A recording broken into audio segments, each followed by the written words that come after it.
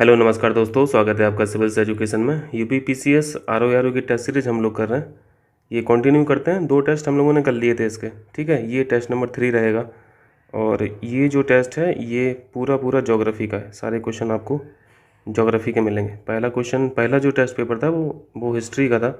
दूसरा टेस्ट जो था वो हिंदी का था, ठीक है। ये तीसरा टेस्ट ज्योग्राफी का रहेगा। इनको कर लेते हैं जल्दी जल्दी से। और अगर सारी टेस्ट सीरीज आप डिटेल में देखना चाहते हैं तो ये हम लोगों ने जीएस वर्ल्ड की किया था, है ना। जीएस वर्ल्ड के 10 टेस्ट हम लोगों ने किए थे। पिछली साल की भी टेस्ट सीरीज पड़ी हुई है प्ले लिस्ट में। तो ये सारी जो टेस्ट सीरीज हैं ये आपको डिटेल वर्जन में मिल जाएंगी। काफ़ी डिस्कशन के साथ हम लोग यहाँ पे क्वेश्चन करते हैं इन सब टेस्ट सीरीज में। यहाँ पे ये जो टेस्ट सीरीज कर रहे हैं पीसीएस मंत्रा की, इसको थोड़ा सा हम लोग फास्ट कर रहे हैं, ठीक है। चलिए शुरू कीजिए। देखिए यहाँ पे इंग्लिश वर्जन का तो यहाँ पे टेस्ट है नहीं, तो जो भी यहाँ पे टर्म्स होंगे, जो टफ टर्म्स होंगे हिंदी वाले, मैं उसको इंग्लिश में डिक्टेट कर दूंगा, तो इंग्लिश मीडियम वालों को कोई दिक्कत होगी नहीं। पहला प्रश्न देखिए, एक सौर कलंक चक्र की प्रक्रिया लगभग कितने वर्षों में पूरी होती है। सौर कलंक समझ रहे हैं, ये सन स्पॉट की बात कर रहे हैं। सौर कलंक मतलब सन स्पॉट होता है। सन स्पॉट सन पे ऐसी जगह होती हैं जहाँ से ये जो ज्वाला निकलती है ना, और इस ज्वाला में क्या रहता है, ये यहाँ पे हाई मैग्नेटिक फील्ड यहाँ से जनरेट होती है। और जहाँ पे हाई मैग्नेटिक फील्ड एक्टिव रहेगी वहाँ से हाई मैग्नेटिक रेडिएशन भी वहाँ से रिलीज होगा। और हाई मैग्नेटिक रेडिएशन क्या करता है, ये बाधा उत्पन्न करता है हर चीज़ में। और साथ में एक चीज़ और जाननी है कि ये जो सन स्पॉट हैं ये स्टेबल नहीं होते, ये बनते रहते हैं, बिगड़ते रहते हैं। तो यही इन्होंने पूछा है कि ये जो प्रक्रिया है लगभग कितने वर्षों में पूरी होती है। तो एक सन स्पॉट का बनना या फिर बिगड़ना, इसमें 11 वर्ष लगते हैं, ठीक है। लगभग 11 वर्ष में ये प्रोसेस पूरा होता है। बी ऑप्शन यहाँ पे सही है। समझ आया। चलिए, सारे क्वेश्चन जो है ना वो एनसीईआरटी बेस्ड हैं। ये एनसीईआरटी के क्वेश्चन हैं सारे। दूसरे प्रश्न में बुध ग्रह के बारे में पूछा है। बुध ग्रह यानी ये मरकरी के बारे में पूछ रहे हैं। बुध को मरकरी बोलते हैं। उसके बाद कौन सा यहाँ पे प्लैनेट है, उसके बाद शुक्र होता है। शुक्र को इंग्लिश में बोलते हैं वीनस। इसके बाद फिर अर्थ है ना। अर्थ के बाद फिर मार्स है, फिर जुपिटर है। पहला स्टेटमेंट है, यह सौर मंडल का सोलर सिस्टम का सबसे छोटा प्लैनेट है। ये बात ठीक है, मरकरी सबसे छोटा है। यहाँ पे हम सन भी बना देते हैं। यह पृथ्वी से सबसे निकटतम ग्रह है। तो ये निकटतम पृथ्वी के नहीं है, ये निकटतम सन के है, सूरज के है। यहाँ पे सन होना चाहिए। दूसरी बात यहाँ पे गलत है, गलत पूछा था, तो बी ऑप्शन सही हो जाएगा। सी ऑप्शन में, यह सूर्य की परिक्रमा 88 दिनों में पूरा कर लेता है। ये ठीक है। इसका जो टेम्परेचर डिफरेंस है, तापांतर, सभी ग्रहों में सबसे अधिक है। ये भी ठीक है। ये इंपॉर्टेंट फैक्ट होता है बुध के यहाँ पे रिलेटेड। ये टेम्परेचर डिफरेंस समझ रहे हैं ना। टेम्परेचर डिफरेंस का मतलब है कि रात में बहुत ज़्यादा यहाँ पे कोल्ड टेम्परेचर हो जाता है और दिन के समय पे बहुत ज़्यादा टेम्परेचर हो जाता है। चलिए तीसरा प्रश्न देखिए। यहाँ पे उपसौर की स्थिति पूछा है। उपसौर एक होता है और एक अपसौर होता है। मैं दोनों शब्दों को यहाँ पे हिंदी और इंग्लिश दोनों में लिख दे रहा हूँ, उपसौर और अपसौर। इसको समझना जरूरी है। देखिए, अपसौर की जो स्थिति होती है इसे इंग्लिश में बोलते हैं पेरीहिलियन, और अपसौर जो है इसे अपीहिलियन बोलते हैं। देखिए, पृथ्वी का रोटेशन और रेवोल्यूशन हम लोग समझते हैं। पृथ्वी जब सूरज का चक्कर लगाती है तो ये कभी ज़्यादा दूरी पे हो जाती है, कभी कम दूरी पे हो जाती है। यानी ये एक समान दूरी पे नहीं रहती है ना। ये वेरिएशन रहता है। कभी इन दोनों बॉडीज़ की जो डिस्टेंस है वो बढ़ जाती है, कभी घट जाती है ना। तो यहाँ पे क्या समझ में हम लोग को आ रहा है कि जब पृथ्वी की दूरी सूर्य से काफ़ी दूर रहेगी उस स्थिति को अपसौर बोलते हैं, ठीक है। अब से यहाँ पे याद रखिए, अप मतलब हम लोग समझते हैं इंक्रीमेंट टाइप का, है ना, कुछ ज़्यादा। तो कुछ ज़्यादा से क्या है, जब दूरी ज़्यादा रहेगी तो वो अपसौर की स्थिति रहती है। और जब सन और पृथ्वी के बीच की दूरी कम होती है, जिस स्थिति में कम होती है, उसे उपसौर बोलते हैं, ठीक है, पेरीहिलियन बोलते हैं। अब एक चीज़ और समझिए, अपसौर की स्थिति यानी एपीहिलियन की स्थिति बनती है 4 जुलाई को, ठीक है। 4 जुलाई ये डेट इंपॉर्टेंट है, इसके बारे में कुछ फैक्ट हैं, ये भी जानेंगे हम लोग। और उपसौर की स्थिति बनती है 3 जनवरी को, ठीक है, 3 जनवरी को। अब यहाँ पे भारत के रिगार्डिंग आप लोग सोचिए, जनवरी के मंथ में टेम्परेचर क्या रहता है, मौसम क्या रहता है, और जुलाई के मंथ में क्या रहता है। जनवरी के मंथ में देखेंगे तो यहाँ पे ठंडी पड़ती है ना, ठंडी पड़ती है भारत में। इसका मतलब है ठंडी कब पड़ेगी, जब पृथ्वी की दूरी सूर्य से ज़्यादा रहेगी, है ना। यही समझ में आ रहा। लेकिन यहाँ पे तो उल्टा है, जनवरी के मंथ में उपसौर की स्थिति बनती है, पेरीहिलियन की स्थिति बनती है। और पेरीहिलियन में जो दोनों के बीच की दूरी है वो कम रहती है ना, कम रहती है। तो यहाँ पे तो उल्टा समझ में आ रहा है। अगर दोनों के बीच में कम दूरी है तो यहाँ पे टेम्परेचर ज़्यादा होना चाहिए, गर्मी होना चाहिए, लेकिन ऐसा नहीं है। तो इन दोनों फैक्ट को एक साथ जोड़ के कन्फ्यूज नहीं होना है, ठीक है। वो गर्मी इस वजह से रहती है या फिर ठंडी इस वजह से रहती है कि देखिए जुलाई के मंथ में क्या स्थिति रहती है और जनवरी के मंथ में जो सन रेज की जो स्थिति रहती है वो हम लोग समझते हैं। ठंडी और गर्मी सन की रेज कैसे कैसे ओवरहेड हो रही हैं पृथ्वी पर, उस पर डिपेंड करेगा। तिरछी पड़ेंगी तो ठंडी रहेगी, सीधी पड़ेंगी तो गर्मी रहेगी। जैसे उपसौर की स्थिति 3 जनवरी को होती है, ये बात ठीक है, हम लोगों ने सीखा। अब दूसरे फैक्ट में लगा, इसमें पृथ्वी सूर्य से निकटतम स्थिति में होती है। अब आप सोचेंगे कि जनवरी का मंथ है, भारत में ठंडी रहती है, ठंडी का मतलब है कि दोनों के बीच की दूरी होगी तभी ठंडी है ना। तो यहाँ पे जो निकटतम लिखा है इसको देख के गलत मत कर देना, ठीक है। ये बात सही लिखी हुई है, ये बात ठीक लिखी हुई है, यहाँ पे दोनों बातें सही हैं। सॉरी, ये सी ऑप्शन रहेगा, ठीक है। चौथा क्वेश्चन देखिए, निम्न में से कौन सा देश मकर रेखा पर स्थित नहीं है। मकर रेखा यानी 23.5 साउथ है कि नॉर्थ है, ये साउथ है, ठीक है। मकर रेखा यानी साउथ, और 23.5 जो नॉर्थ होती है इसे बोलते हैं कर्क रेखा। और अगर भारत की बात करें तो भारत के जो भी लैटिट्यूड हैं या फिर लॉन्गिट्यूड हैं, जो भी अक्षांश हैं या फिर देशांतर हैं, वो ईस्ट में या फिर नॉर्थ में लिखे जाते हैं, ठीक है। कोई भी भारत का लैटिट्यूड या फिर लॉन्गिट्यूड आपको साउथ या फिर वेस्ट में नहीं मिलेगा, ठीक है। ये चीज़ बिल्कुल बेसिक है, आप लोग समझते होंगे। तो ये चीज़ तो मैपिंग से आएगा, मैप यहाँ पे मैं इंसर्ट कर दूंगा, अगर समय रहेगा तो लगा दूंगा। यहाँ पे देखिए, अर्जेंटीना पास करता है मकर रेखा से, ब्राज़ील क्रॉस करता है, चाइल भी करता है, चिली भी करता है। सूडान मकर रेखा से क्रॉस नहीं करता, डी ऑप्शन सही है। सूडान के बगल में क्या है, कीनिया है ना। और कीनिया से क्या क्रॉस होता है, इक्वेटर होता है। तो आप यहाँ से लिंक करके मकर रेखा को यहाँ से हटा सकते हैं। चलिए पाँचवा देखिए, निम्न में से कौन सी जल संधि यानी ये स्ट्रेट के बारे में पूछ रहे हैं। स्ट्रेट अंतर्राष्ट्रीय तिथि रेखा, इंटरनेशनल डेट लाइन, IDT के समांतर है। बताइए, अच्छा क्वेश्चन है ये भी मैपिंग का क्वेश्चन है। मैप पे अगर ये देखे होंगे आप लोग तभी इसको कर पाएंगे, नहीं तो ये सवाल हिलेगा भी नहीं। क्योंकि एक एक बात तो ये हो जाती है, एक इन्फॉर्मेशन ये हो जाती है कि ठीक है ये डोबर जलसंधि है कहाँ, इतना भी ठीक है। लेकिन यहाँ पे तो पैरेलल वो पूछ रहा है कि आपको स्थिति भी पता होना चाहिए कि ये ऐसे है सिचुएटेड मैप पे या फिर ऐसे सिचुएटेड है ना। तो यहाँ पे ये नेक्स्ट लेवल वाला क्वेश्चन पूछे हैं, बहुत इंपॉर्टेंट क्वेश्चन है, बहुत अच्छा क्वेश्चन है। और इसका करेक्ट आंसर है बेरिंग स्ट्रेट, ठीक है। मैप लगा दूंगा, मैप पे देख लेना, ये पैरेलल आपको दिखेगी IDT के, इंटरनेशनल डेट लाइन। छठवां प्रश्न देखिए, ये निचले क्रस्ट और ऊपरी मेंटल के बीच असंबद्धता कहलाती है। ये डिसकंटिन्यूटी पूछ रहे हैं यहाँ पे।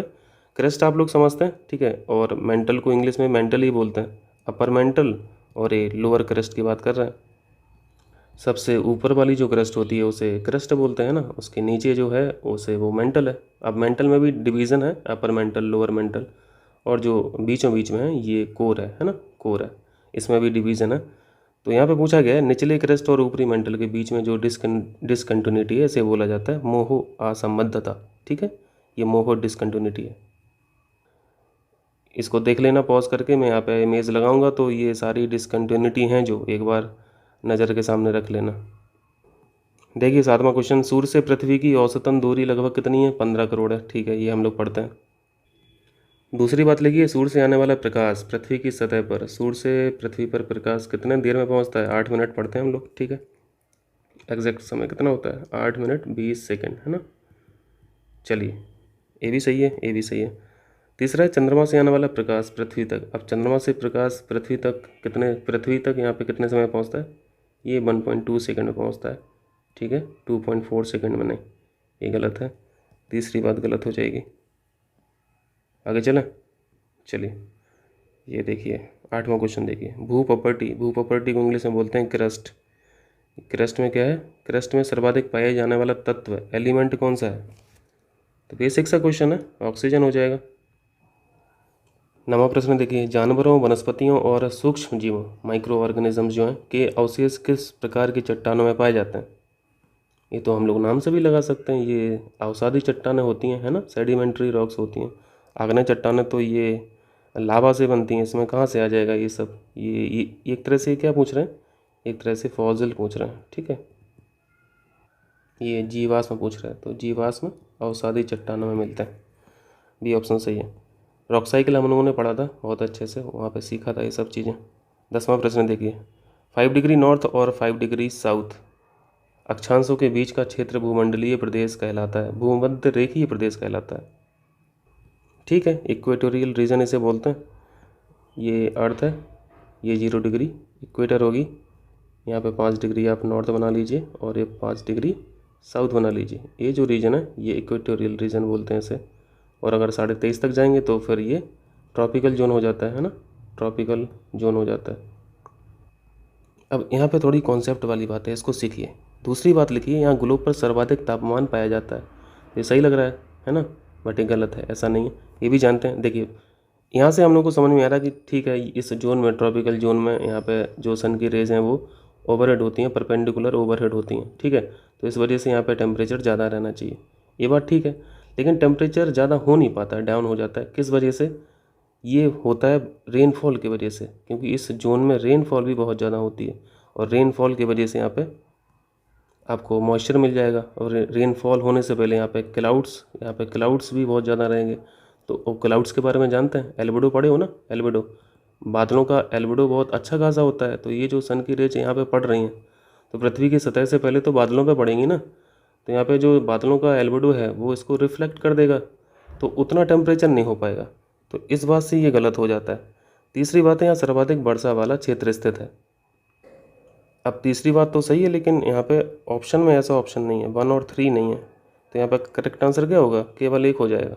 ठीक है, चलिए 11वां देखिए, पार्थिव ऊष्मा यानी टेरेस्ट्रियल हीट की बात कर रहे हैं। टेरेस्ट्रियल हीट की वायुमंडल से धरातलीय सतह को पुनः वापस करने वाली विकिरण की प्रक्रिया क्या कहलाती है?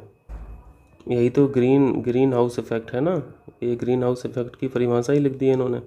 और ये प्रतिलोम विकिरण से होता है। ठीक है, ये ऑप्शन सही है। प्रतिलोम का मतलब इनवर्स होता है, विकिरण का मतलब रेडिएशन होता है।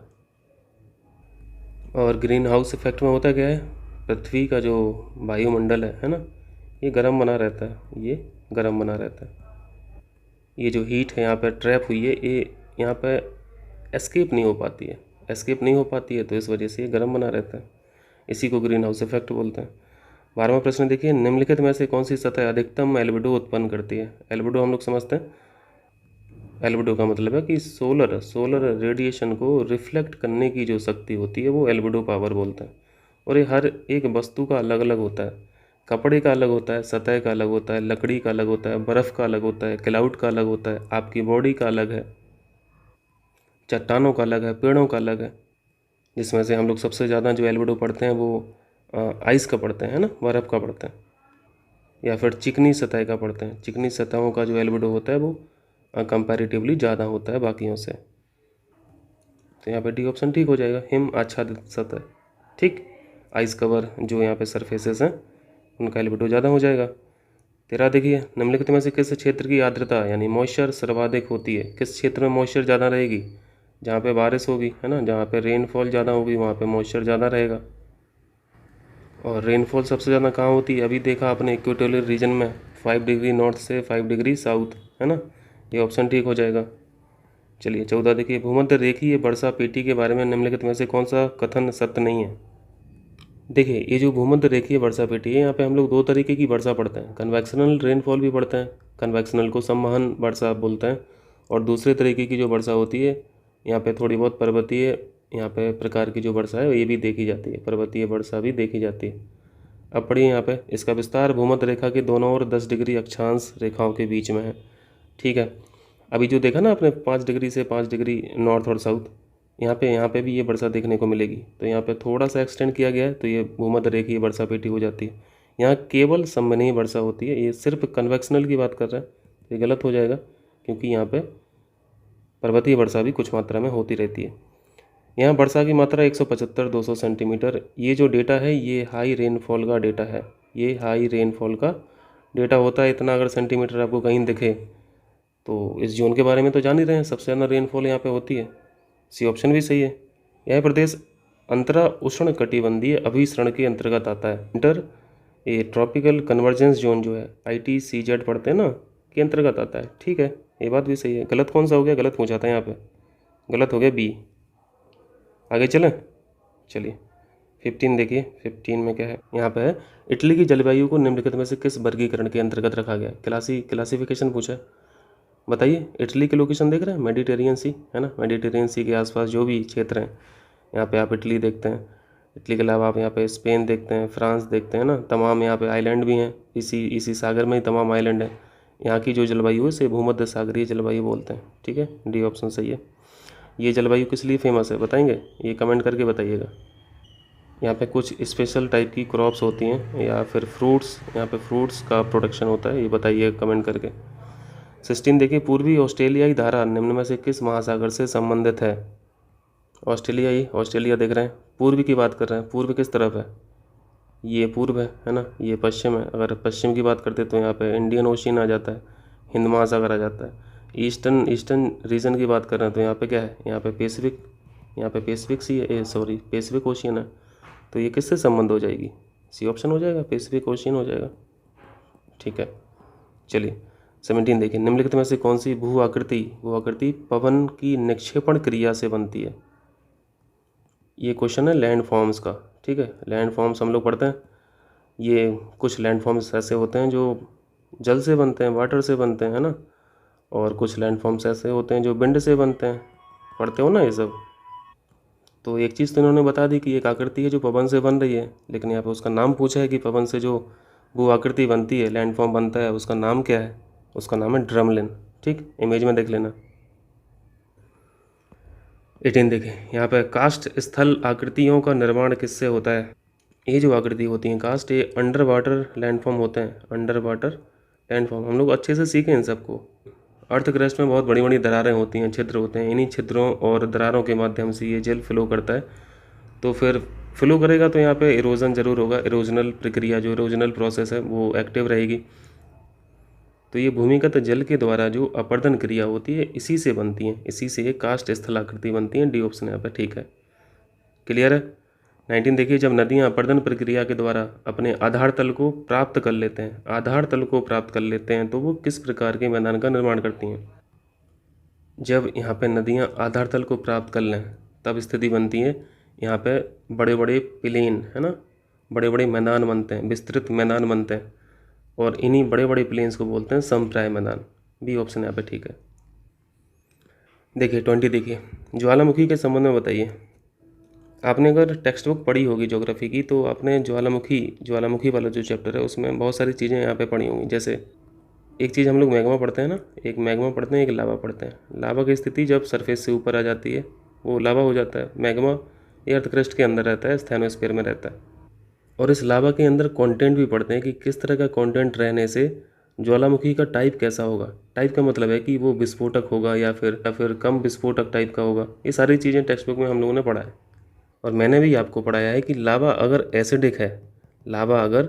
एसिडिक नेचर का है तो ये ज़्यादा विस्फोटक होता है, ठीक है, पहला फैक्ट ये है। और अगर लावा बेसिक नेचर का है, क्षारीय नेचर का है, तो ये कम विस्फोटक होते हैं, ठीक है, या फिर शांत प्रकृति के होते हैं। ये दो चीज़ें हम लोग पढ़ते हैं। और एसिडिक होने का मतलब है कि इसमें सिलिका की मात्रा ज़्यादा है। पहली बात पढ़िए, लावा में सिलिका की मात्रा कम होने पर उद्गार प्रायः शांत होते हैं।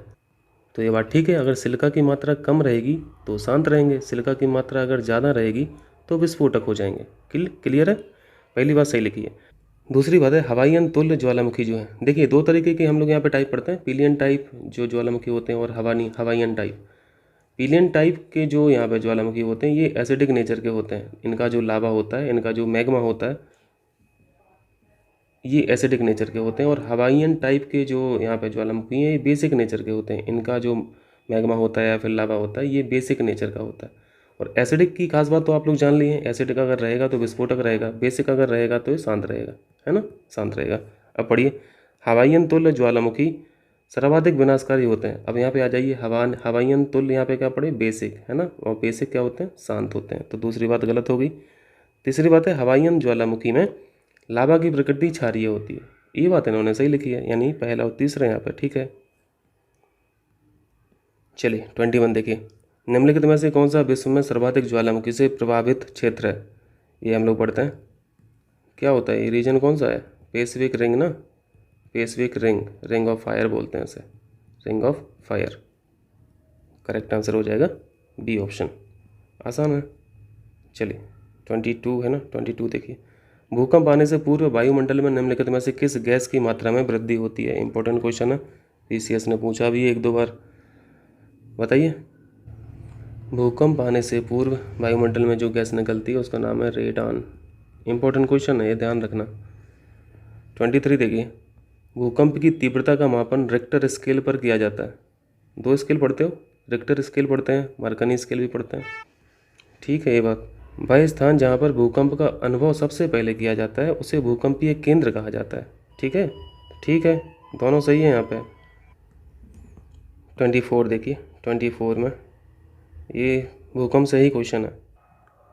24 में देखिए यहाँ पे सुनामी वेव्स और टाइडल वेव्स दो के बारे में पूछा है, और दोनों ही अलग अलग चीज़ें, ये समझते हो ना, ये दोनों ही अलग अलग चीज़ें हैं।